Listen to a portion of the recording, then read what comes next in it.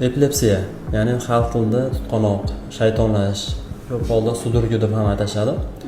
Epilepsiya kasalligi ko'z ketishi, qo'l oyoqda tortishlar, og'izdan ko'pik kelish, hushdan ketish, qo'l oyoqda qaltirashish, shunga o'xshash ko'rinishda kechadi.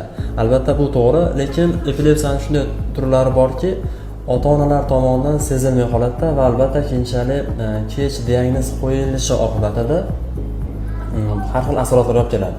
Bunday ko'rinishlardan bemorda xayol surib qolishi, ya'ni bir nuqtaga qarab qolish yoki chaqaloqlarda sababsiz tez takrorlanuvchi cho'chishlar yoki tekis yo'lda ketayotganda qoqilib tushish, qo'ldan buyumlarni otilib ketishi, ayrim holatlarda ko'ngillanish, qayt qilish, temperatura tushib ketishi, terlash, shu kabi turli xil ko'rinishlarga kechadi.